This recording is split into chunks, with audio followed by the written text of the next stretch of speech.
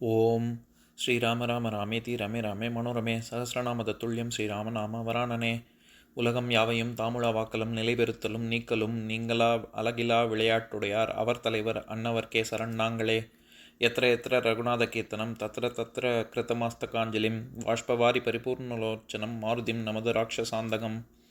அஞ்சிலே ஒன்று பெற்றான் அஞ்சிலே ஒன்றை தாவி அஞ்சிலே ஒன்று ஆறாக ஆரியர்க்காக ஏகி அஞ்சிலே ஒன்று பெற்ற அணங்கை கண்டு அயலாரூரில் அஞ்சிலே ஒன்றை வைத்தான் அவன் எம்மை அழித்துக் காப்பான்.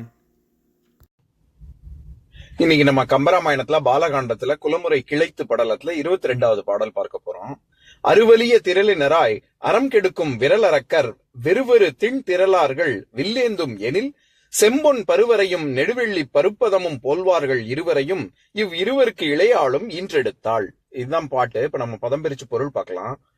அருவலிய பிறரால் வெல்வதற்கு அரிய வலிமையை உடைய திரளினராய் வெற்றியுடையவர்களாய் அறம் கெடுக்கும் தர்மத்தை அழிக்கின்ற விரல் அரக்கர் வன்மை மிக்க ராட்சசர்கள் எல்லோரும் வெறுவரு அஞ்சத்தக்க திண் திரளார்கள் மிக்க வலிமையுடையவர்களும் செம்பொன் பருவரையும் சிவந்த பொன்மயமான பெரிய மேருமலையும் நெடுவெள்ளி பருப்பதமும் வெள்ளிமயமான உயர்ந்த கைலாய மலையும் வில்லேந்தும் எனின் கையில் தனித்தனியே வில்லை எடுத்து நிற்குமாயின் போல்வார்கள் அவற்றை ஒப்பவர்களுமாகிய இருவரையும் லக்ஷ்மணன் சத்ருக்னன் என்னும் 2 மைந்தர்களையும் இவ்விருவருக்கு கோசலை கைகேயி ஆகிய 2 மனைவியருக்கும் இளையாளும் ஈன்றெடுத்தாள்.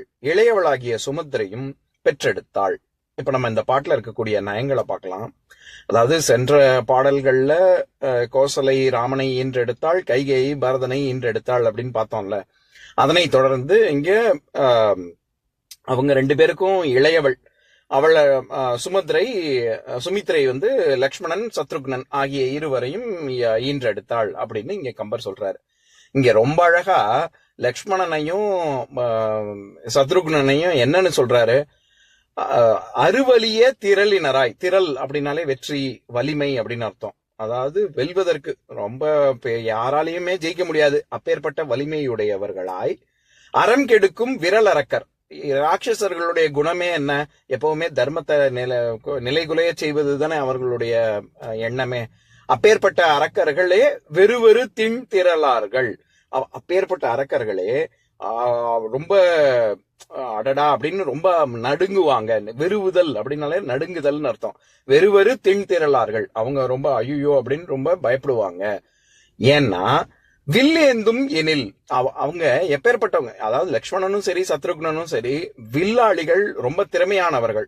அதனால அவங்க வில்லு எப்படி அவங்க 2 பேரும் வில்லேந்தி நிக்கிறது எப்படி இருக்கும் அப்படின்னு கேட்டா, செம்பொன் பருவரையும் வெள்ளி பருப்பதமும் போல்வார்கள் அப்படின்னு. அதாவது பர்வதம், நம்ம சமஸ்கிருதத்துல பர்வதம்னா மலைன்னு அர்த்தம். அதனாலதான் பர்வதத்தில் இருந்து தோன்றியவள் மலைமகள். அதனாலதான் பார்வதினே பர்வதனின் மகள் மலைமகள்ங்கிறதுனாலதான் பார்வதினே பேர் இருக்கு. அந்த பர்வதம்ங்கிற சொல்லத்தான் தமிழ் படுத்தி பருப்பதமும் அப்படின்னு சொல்றாரு கம்பர். 2 விஷயம் சொல்றாரு. செம்பன் பருவரை, செம்பொன் பொன்னிறமான மலை அப்படிங்கிறது மேருமலையையும், நெடுவெள்ளி பருப்பதம் அப்படிங்கிறது வெள்ளி நில கைலாய மலை. அது வந்து பனி படர்ந்ததாக இருக்கும்ல, அதனால அது கைலாய மலை. ஒன்னு மேருமலை, இன்னொன்னு கைலாய மலை. இதை யாருக்கு இணையா சொல்றாரு? லக்ஷ்மணனுக்கு, அதாவது மேருமலைய லக்ஷ்மணனுக்கும் கைலாய மலைய சத்ருக்னனுக்கும் சொல்றாரு. ஏன்னா பொதுவாகவே என்ன சொல்லுவாங்கன்னா, லக்ஷ்மணன் வந்து பொன்னிறத்தவன், சத்ருக்னன் வந்து வெண்ணிறத்தவன். அதனால பொன்னிறமான மேருமலைய லக்ஷ்மணனுக்கும் வெண்ணிறமான கைலாய மலைய சத்ருகுணனுக்கும் உவமையா சொல்றாரு கம்பர். அதே மாதிரி நான் எப்பவும் சொல்றதுதான், யாப்பிலக்கணத்தை பத்தி எனக்கு முறையே நான் அதை பத்தி சரியா படிக்க காலம் வரும்பொழுது இன்னும் மேற்கொண்டு இன்னும் நல்லா சொல்ல முடியும். எதுகை மோனையெல்லாம் ரொம்ப அழகா நம்ம வந்து எதுகை மோனைக்காக தான் நம்ம கவிதையே எழுதுவோம்.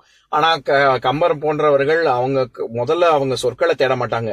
அந்த சொற்கள் கடத்தக்கூடிய உணர்வை தான் முதல்ல தேடுவாங்க. அதுக்கப்புறமா தான் அதுக்கான சொற்கள் தானா வந்து விழும்.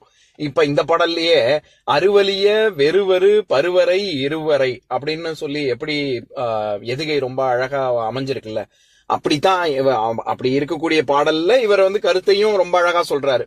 இப்ப இந்த பாட்டை இன்னொரு தடவை படிக்கிறேன் கேளுங்க.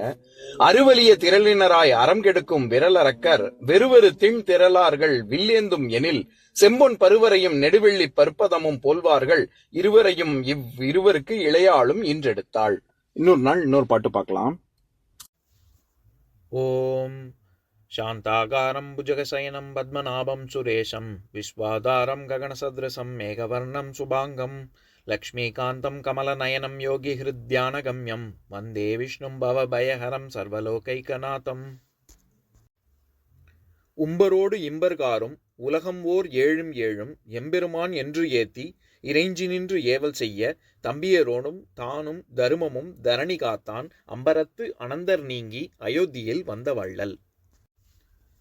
ஓம் பூர்ணமதః பூர்ணமிதம் பூர்ணாத் பூர்ணமுதஸ்யதே பூர்ணஸ்ய பூர்ணமாதாய பூர்ணமேவாவசிஷ்யதே.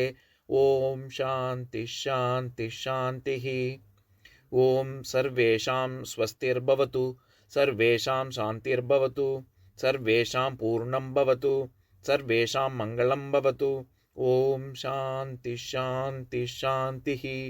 ஓம் சர்வே பவந்து சுகினः சர்வே சந்து நிராமயாः சர்வே பத்ராணி பஷ்யந்து மா கஷ்சித் துக்கபாக் பவேத். ஓம் சாந்தி சாந்தி சாந்திः.